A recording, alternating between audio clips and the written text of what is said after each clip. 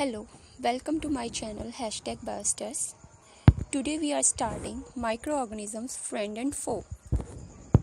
So, first of all, what are microorganisms? These organisms are very small in size. We cannot see them without the help of microscope or magnifying glass. As we can see, there are many living beings around us, like plants and animals, which we can easily see. But microorganisms or microbes are those organisms which cannot be seen without the help of magnifying glass or microscope. So, what we have to do for this, we have to observe the spoiled bread.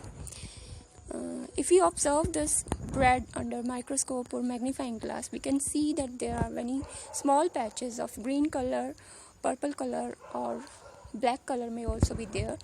This is because of the mold has grown on it and it has spoiled this bread. So this is the microorganism. And if we check the moist soil under magnifying glass, there are also many microbes which we can see. And water drop, if we take the pond water or river water or tap water, there are also many microorganisms. And we have to see all these with the help of magnifying glass, or we can use also microscope. Now, this is the bread, and this is the enlarged part of the bread which has been spoiled, and it is because of this mold. And this is the magnified part of the water drop. Now, this is magnifying glass with which we can see these microorganisms, and this is the microscope which we can find in our laboratories. So what are the major groups of microbes? These are bacteria, these are fungi, protozoa, and some algae. Not all algae, but some algae are microorganisms. So this is a picture of microorganisms. There are cyanobacteria, protozoa, and bacteria, and fungi also. Viruses are also microscopic. These are the link between living and non-livings, and these reproduce only inside the body of the host, and the host may be bacteria, plant, or animal cells. So these cause many diseases in the body of the host. So these are mainly pathogenic, and these cause cold, influenza or flu, most coughs, polio, chickenpox, measles, and hepatitis A. Cold is the common cold which can be spread by the respiratory droplets, and as this can be happen in the case of flu or in the most of the coughs. But if we talk about polio, it is spread by the air or water. So what should we do? We have to keep the patient in complete isolation, and we have to keep the belongings of the patient away from those of the others. And vaccination can be the cure of this also. So next, if we talk about chickenpox, it is also possible to be spread by the air or contact, and same thing, we have to keep the patient in complete isolation and keep the belongings of the patient away from the others, and vaccination can be provided. And if we talk about measles, the same thing, it is also spread with the help of air, and we have to keep the patient in complete isolation and the belongings of the patient away from others, and vaccination can be the cure. And if we talk about hepatitis A, it is spread by the water, and what we have to do, we have to drink boiled water, and vaccination can be provided. So next we see, these are the many types of viruses. There are many kinds of viruses. So next is protozoan diseases. This is dysentery and we will talk about malaria. Malaria is transmitted by the mosquito, and the causative agent is protozoa, which is plasmodium, and the mosquito is the vector for this plasmodium. It spread with the help of mosquito. When mosquito bites any healthy person, it goes into its blood and it multiplies in the blood and then it spread. So what we have to do, we have to use mosquito net and mosquito repellents and spray insecticides and control breeding of mosquitoes. So, and we have not the water to stand anywhere in our surroundings.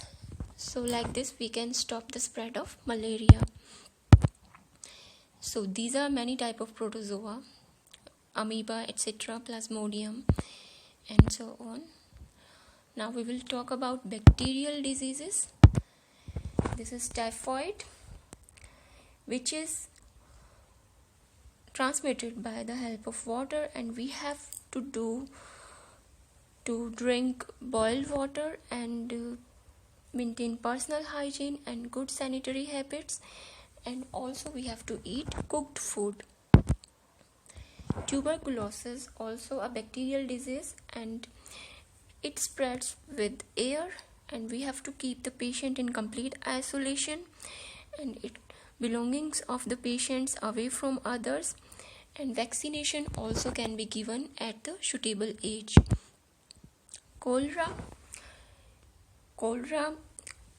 can spread by water or food. We have to follow complete sanitary habits and eat cooked food and drink boiled water. So next, these are many type of bacteria, bacillus and coccus. So now, microbes habitat. Where do microbes live? They live in all types of environments. These may be ice cold climate to hot springs and deserts and marshy lands. Inside the host body and outside the host body. Microorganisms are unicellular and multicellular as well. So we can find these everywhere. So they are found in our food, in water, in marshy lands, in ice cold areas, and in sea also. So if we talk about the friendly microorganisms, there are many microorganisms which are useful to us, like they have been used in alcohol production since ages, and making of curd with the help of lactobacillus, bread, idlis and bhatura with the help of bacteria and yeast, and cake. They are also used in the environmental cleaning by organic waste decomposition and in the preparation of medicines, and in also increasing soil fertility. This is the natural phenomena. They fix nitrogen which is found in atmosphere, and so they increase the soil fertility. So Louis Pasteur, who discovered the fermentation process in 1857. So what is fermentation? It is the process of conversion of sugar into alcohol. Microbes are used for large-scale production of alcohol, wine, and acetic acid. And yeast is used for commercial production of alcohol and wine. It is grown on the barley, wheat, rice, or crushed fruit juices. So all these work as substrate for the yeast. And ultimately, after the chemical reactions, these all are converted into alcohol. Now, Alexander Fleming, who discovered an antibiotic penicillin, he was actually working on the bacteria, and he found accidentally a mold which was not letting grow these bacteria on the agar plates, and ultimately the penicillin was discovered. Now, if we talk about antibiotics, what are these? These kill or stop the growth of disease causing microbes, and for this bacteria and fungi are used. Example is streptomycin, tetracycline, and erythromycin. These all are the types of antibiotics. These are also mixed with the feed of livestock and poultry to keep them protected, and these are also used to control many plant diseases. So there are many precautions which we should take while we are using antibiotics. Must be taken only on the advice of a qualified doctor. We shouldn't take the antibiotics on our own. We should follow always a qualified doctor, and we must complete the course of dose prescribed by the doctor.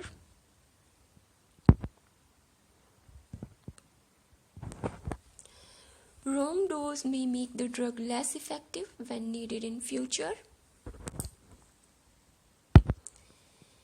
An unnecessary drug may kill the useful bacteria in our body, and it is not effective against viral diseases as it is the antibiotic, and which is only useful against the bacterial diseases.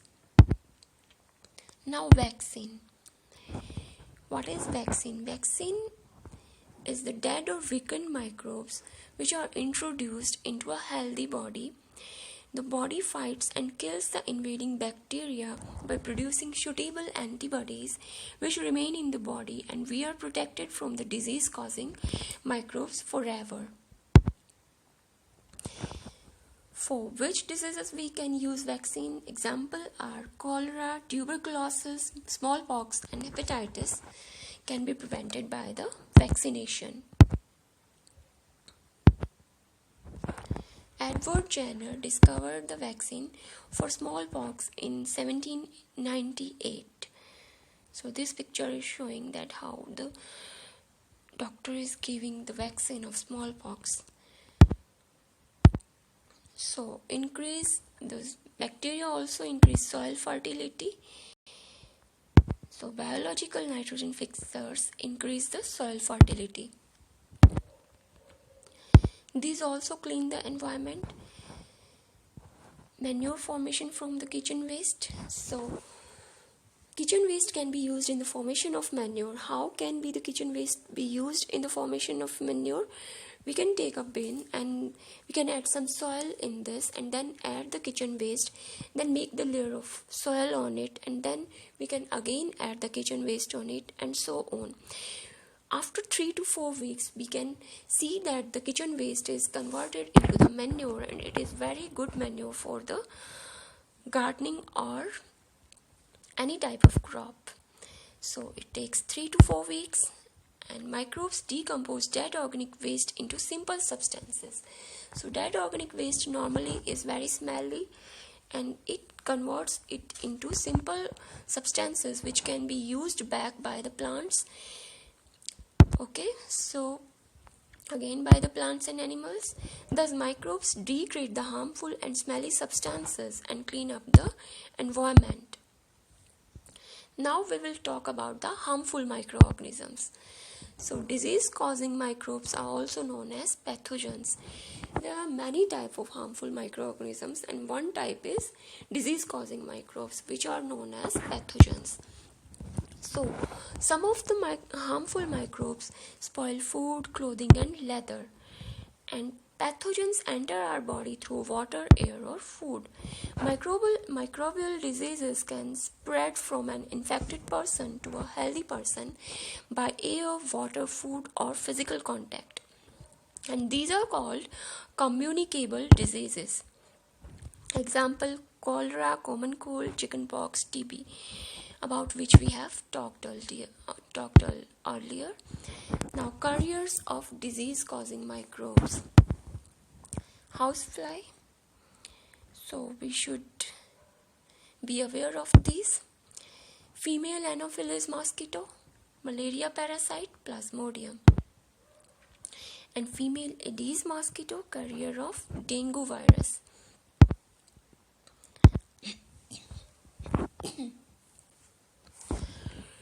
Robert Koch discovered anthrax causing bacterium Bacillus anthracis. Disease causing microbes in plants. So, citrus canker is a disease of citrus fruit, and it is caused by bacteria and it spreads through air. Rust of wheat, it is caused by fungi and it spreads through air and seed. Yellow vein mosaic of bhindi or okra, it is caused by virus and spread through insect. Food poisoning, it can be due to consumption of food spoiled by some microbe, and some of these produce toxic substances and even can cause death. So we should always preserve the food from being spoiled. So for food preservation, there are many methods. We will talk about chemical method first. Chemicals are used for preservation are known as preservatives, which are used to preserve food, and these are types like salts and edible oils, acid preservatives, and chemicals like sodium benzoate, sodium metabisulfite. These are used to preserve food. Now, food preservation by common salt. Meat and fish, this is covered by common salt to preserve. Amla is also preserved like this. Raw mangoes can be preserved, and tamarind. Now, fruit preservation by sugar. Preserve by reducing moisture content. So, inhibit microbial growth. Jams, jellies, and squashes are produced with the help of sugar. Food preservation by oil and vinegar. Bacteria cannot survive in this type of environment. So, in the pickles and vegetables, we use oil and vinegar. Fruits and fishes and meat can also be preserved by the use of oil and vinegar. Food preservation by heat treatment. Boiling kills many microorganisms. Pasteurization was discovered by Louis Pasteur, and this process prevents the growth of microbes. And what is this process? In this process, milk is heated to about 70 degrees Celsius for 15 to 30 seconds and then suddenly chilled and stored. So like this we can preserve the milk. Now, food preservation by cold treatment. Low temperature inhibit the growth of microbes. For this, refrigerators are used. Food preservation by storage and packing. Food is sold in sealed and airtight packets as we buy from the market, like chips and bread, etc. These all are sealed in airtight packets. Also buy milk from the market. This is also preserved by this. This prevents the attack of microbes. Now we will talk about nitrogen fixation. What is nitrogen fixation? Rhizobium bacteria fix nitrogen in leguminous plants. There are many bacteria in environment which are found in the soil and which can fix the atmospheric nitrogen in the usable forms which can be used by the plants. So if we talk about rhizobium bacteria, these live in the root nodules of these plants. And what are the leguminous plants? For example, beans, peas and pulses all are leguminous plants, and these have symbiotic relationship with rhizobium bacteria. And sometimes the nitrogen is also gets fixed by the lightning. So we will talk about now nitrogen cycle. As we all know, the atmospheric nitrogen is constant. It is 78% in the atmosphere, and in normal conditions, plants cannot take nitrogen as it is from the atmosphere. They need it in the soil in some other forms which are formed with the help of microorganisms. These are mostly bacteria. So what are the processes by which atmospheric nitrogen can be fixed? So first is the nitrogen fixing bacteria and blue-green algae which fix the atmospheric nitrogen, and another one is lightning which also fixes the nitrogen. So bacteria in turn fix nitrogen into nitrogenous compounds. So like with both these processes, compounds of nitrogen are fixed in the soil. So now these compounds are uptaken by the plants, and from the plants animals take these nitrogenous compounds. So animals need these nutrients from the plants, and what happens after that? Nitrogenous waste from excretion and death again reach in the soil, and what do the bacteria, other type of bacteria found in soil do? They turn compounds of nitrogen into nitrogenous gas. Okay, means they convert these compounds in the gaseous nitrogen, and it again reaches into the atmosphere. So like this, the percentage of nitrogen in the atmosphere remains fixed, which is 78%. So this is the nitrogen cycle, and like this nitrogen reach in the soil, and from soil it reaches again into the atmosphere. So thank you for watching.